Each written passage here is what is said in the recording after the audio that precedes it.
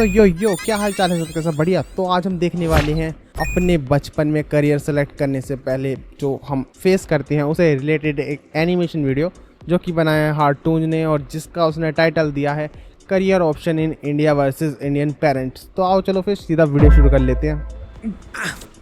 Paper तो तेरे सारे अच्छे जा रहे थे। हाँ तो फिर नंबर कहाँ गए? हमारे टॉपर साहब तो घर आके बोलते थे कि बहुत अच्छे गए पेपर, बहुत अच्छे गए। ये क्या बात से? मैं बात कर रहा हूँ ना, तू चुप रह। मेरे को इसकी मम्मी का डांस। अच्छे गए पेपर, बहुत अच्छे गए। ये क्या? भाई अपने स्कूल लाइफ में तुमने देखा होगा, स्कूल लाइफ में क्या जब भाई किसी भी तरीके का एग्जाम देने जाते हो तो घर वाले पूछते हैं कि एग्जाम कैसा गया, तो तुम बताते हो कि अच्छा गया, पास हो जाएंगे। अच्छा गया मतलब सारा पेपर सॉल्व कर दिया, बहुत बढ़िया मार्क्स आने वाले हैं। और जब रिजल्ट आता है और उन्हें मिलती है हमारी मार्कशीट तो वो कहते हैं ये कैसे नंबर आए हैं, और तूने तो कहा था कि पेपर बहुत अच्छा गया, तेरा तो नंबर बढ़िया आने चाहिए थे, ये क्या नंबर लाया तू? अच्छे गए पेपर, बहुत अच्छे गए। यहाँ पे पिटाई ये होती है क्या इसकी। बात से? मैं बात कर रहा हूँ ना, तू चुप रह। मेरे को भी करना है बात तो। तू नहीं बिगाड़ के धुला कर दिया है इसको। तो आप सुधार लेते।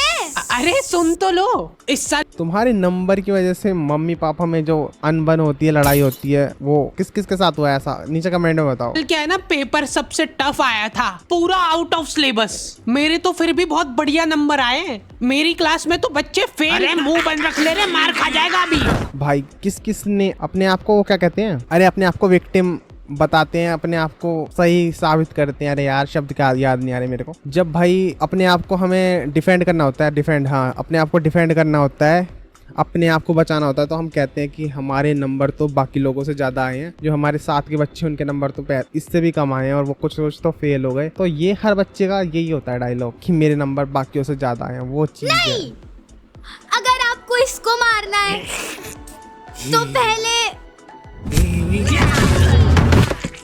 हमला। ये वाला सीन बताओ किस किस के साथ हुआ है ऐसा कि जब तुम्हारे पापा तुम्हें मार रहे होते हैं और तुम्हारी मम्मी बीच में आती है और तुम्हें लगता है कि मम्मी तुम्हें बचाएगी, पर पापा से पहले मम्मी तुम्हारे ऊपर हाथ छोड़ देती है। ऐसा हुआ है कभी किसी के साथ? यार ये सीन किस किस के घर में हो चुका है कि भाई पापा से पहले मम्मी हाथ छोड़ देती है। भाई नू लगता है कि मम्मी बचाएगी, मम्मी ने ही हाथ छोड़ दिया। अचानक हुआ था। तो आ गए फिर से।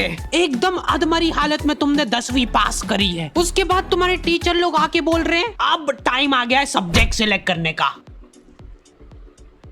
अब टाइम आया है। नहीं, अगर ये ऑप्शन था तो पहले क्यों नहीं बताया? पिछले 10 सालों से फालतू में सारे सब्जेक्ट पढ़ रहे हैं हम, और ऑप्शंस क्या है? Physics chemistry maths, physics chemistry bio.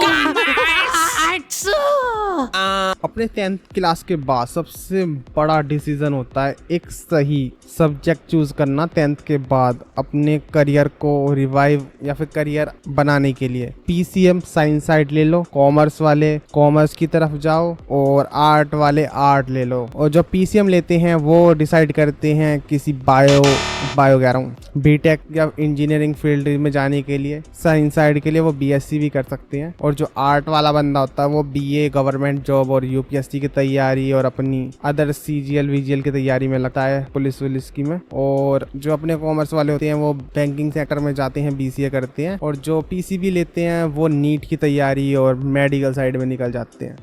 तो भाई तुमने कौन सा 10th के बाद सब्जेक्ट सेलेक्ट करा था? नीचे कमेंट में बताओ। मैंने तो पीसीएम करा था। एक बात बताओ, कहाँ पे चल रहा है ये? क्या फैंसी ड्रेस कंपटीशन? उधर। हाँ बेटा, अब क्या बन के आए हो? मैं एक माँ बन के आया हूँ।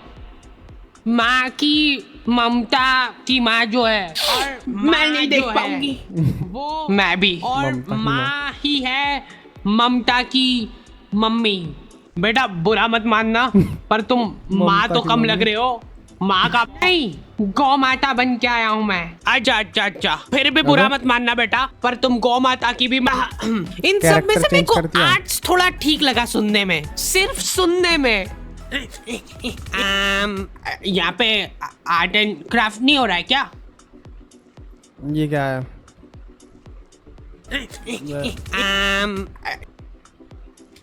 भूगोल, अर्थशास्त्र, मनोविज्ञान, समाजशास्त्र, हिंदी।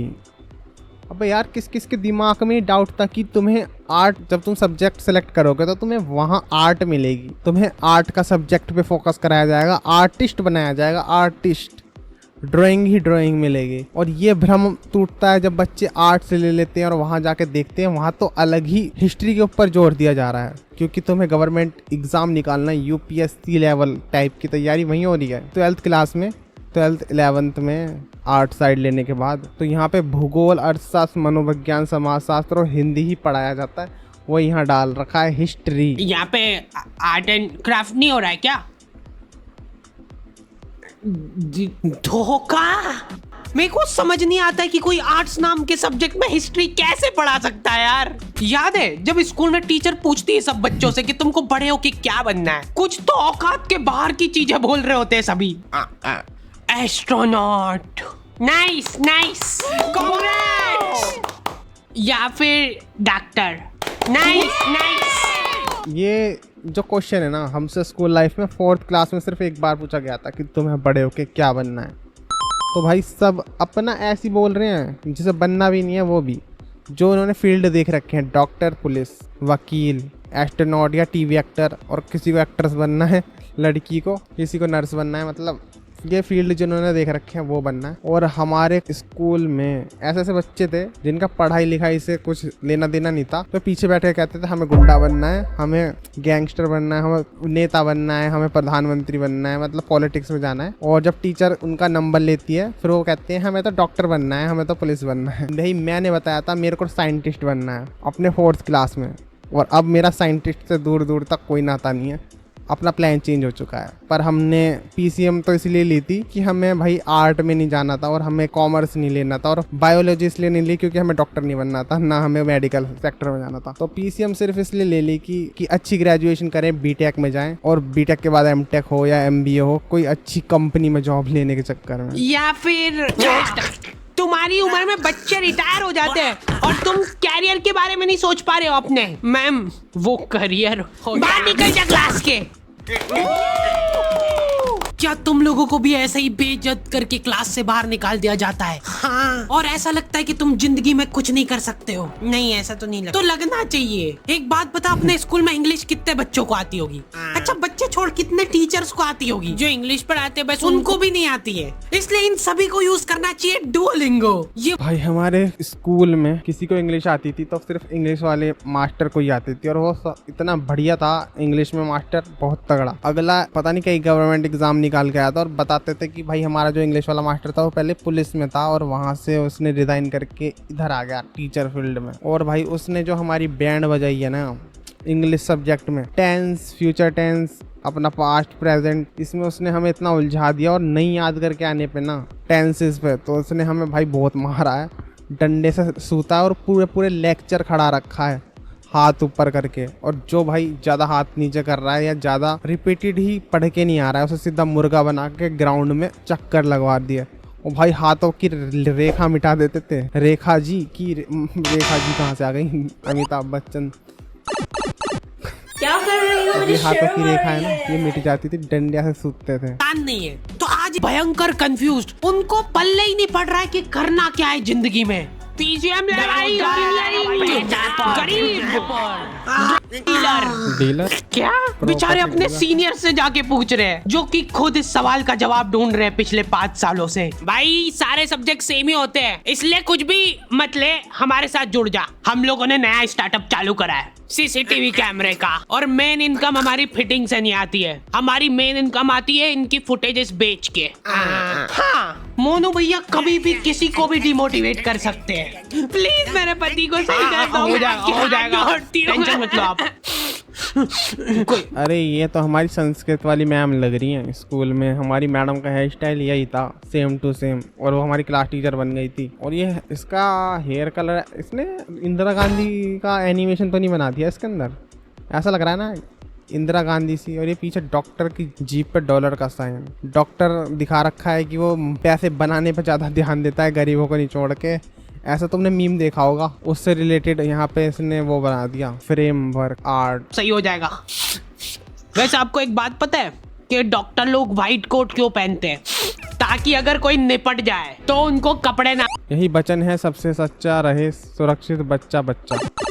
यही वचन है, सबसे सच्चा रहे, सुरक्षित बच्चा बच्चा। ये क्या स्लोगन है? हम लोगों का सवाल अभी भी वहीं का वहीं था कि क्या किया जाए जिंदगी में। लॉन्डो को ऐसा लगता है कि इनमें तो कुछ कमी हो ही नहीं सकती है। हमारे तो देश में ही दिक्कत है, अपने यहाँ तो सिर्फ उनको ही जॉब मिलती है जिनको काम आता है। सबसे बढ़िया जो कैरेक्टर लगता है मुझे पाजी वाले का लगता है, ये सबसे ज्यादा फनी होता है। अब देखते हैं क्या करा है। इसलिए अब अपन जाएंगे फॉरेन। ये गुल्लक में पैसे इकट्ठे करके तू भी डाल दे इसमें। इतने से पैसों से क्या होगा भाई, ऐसे ही तो बूंद बूंद से घड़ा भरता है। बूंद पाजी एक कॉल कर ला तेरे फोन तो। ठीक है। हेलो वीरे, आज बूंद मोला रेडी बूंद है, जिन्नू भी चाहिए बस एक फोन मार दे, बाकी डिलीवरी मेरी। थैंक यू जी, ई मेरा कार्ड रख लो, जे कोई काम हुए मैंने कॉल कर लियो। भाई कुछ मत बोलना, फॉरेन जाना कैंसिल। हमारे देश में भी बहुत सारी उभरती अपॉर्चुनिटीज दिख रही है मेरे को। ले तू भर बूंद बूंद से घड़ा। और गलती से भी घर वालों से मत पूछ लेना कि क्या करूं जिंदगी में। घर वालों को ऐसा लगता है कि सरकारी नौकरी से बढ़िया तो कुछ हो ही नहीं सकता। इतना हाइप करके रखा हुआ है ना सरकारी नौकरियों को, ऐसा लगता है कि जैसे ही तुम ऑफिस जाओगे गेट पे तुम्हारे ऊपर पैसे उड़ाना चालू कर। घर वालों को गवर्नमेंट जॉब्स के अलावा कोई करियर अपॉर्चुनिटी दिखती नहीं है कि भाई सबसे बेस्ट है गवर्नमेंट जॉब ले लो और लाइफ में सेटल हो जाओ, पैसा ही पैसा होगा।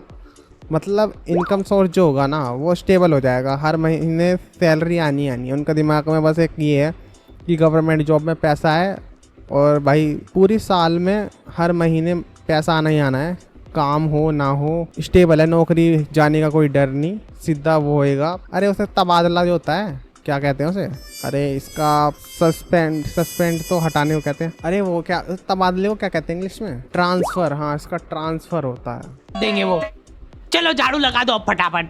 सरकारी नौकरी में होती है बेशुमार दौलत। कैसे बताता हूँ। एक बार मैंने एक पुलिस वाले से जाके पूछा कि आप साइड इनकम के लिए क्या करते हो, और पता है वो क्या बोला? जॉब। क्या? अरे मतलब वो साइड इनकम के लिए जॉब कर रहा है, तो मतलब मेन जो पैसा है वो समझा के नहीं? जो समझ गया वो नीचे कमेंट बताओ। इंटेलिजेंट ह्यूमर की कोई वैल्यू ही नहीं है यहाँ पे। तुमको वही बच्चों वाले जोक चाहिए।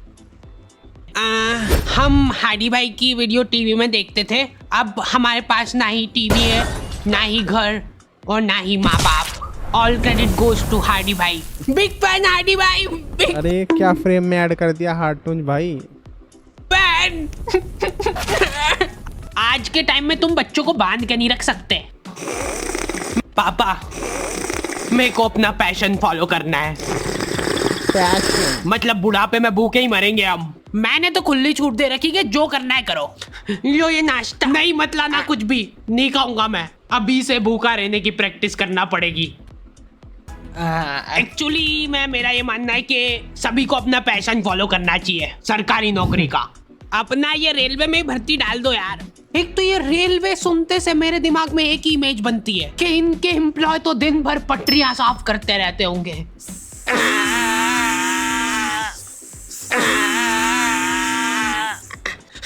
सर जल्दी आओ जल्दी, ये देखो इधर।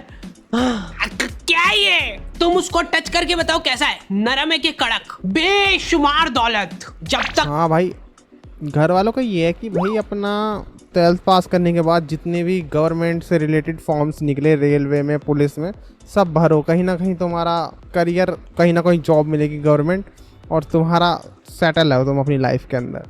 और मेरे माइंड में था कि भाई गवर्नमेंट जॉब में जब ये रेलवे वाली भर्ती निकलती है इसमें तो टीटी की भर्ती निकलती होंगी, इसके अलावा जो अदर पोस्ट होंगी जो जैसे बता रहा है पटरी साफ करने, मेरे दिमाग में ऐसे आता था कि यार क्या पोस्ट निकलती होंगी, पटरी जोड़ने वाला जो ये होती हैं। अरे ट्रैक्स बिछी रहती हैं, जो ट्रैक्स बिछी रहती हैं अपनी पटरी ही बोलते हैं भाई, ट्रैक पटरी एक ही होता है, इंग्लिश हिंदी का फ़र्क है। जो ट्रैक बिछी होती है वहाँ कहीं से ट्रैक ब्रेक हो रहा हो तो वहाँ जोड़ने का काम है। लाइटों का काम है कि कहीं लाइट ख़राब होगी तो वो ठीक करना है। वहाँ पे भी इंजीनियर्स जो मैकेनिकल वाले लगे होते हैं वो काम करते हैं वहाँ पे। काम करना होगा तब तक काम करोगे, उसके बाद घर बैठे पेंशन आएगी। तो पापा मेरे को एक बात बताओ, गवर्नमेंट जॉब में ज़्यादा लोगों की मेंटेलिटी यही है कि भाई अपनी गवर्नमेंट जॉब लेने के बाद जो उनको रिटायरमेंट के बाद पेंशन मिलती है वो ज्यादातर काम के लिए काम नहीं करते गवर्नमेंट जॉब में, टेंशन के लिए काम करते हैं। हाँ कि आपने क्यों नहीं करी सरकारी नौकरी?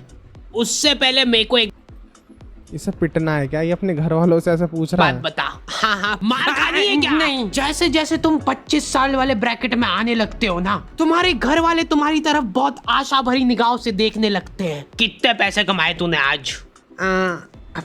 चल अभी कमा, यहीं पे इसी जगह पे बैठे बैठे कमा के बता।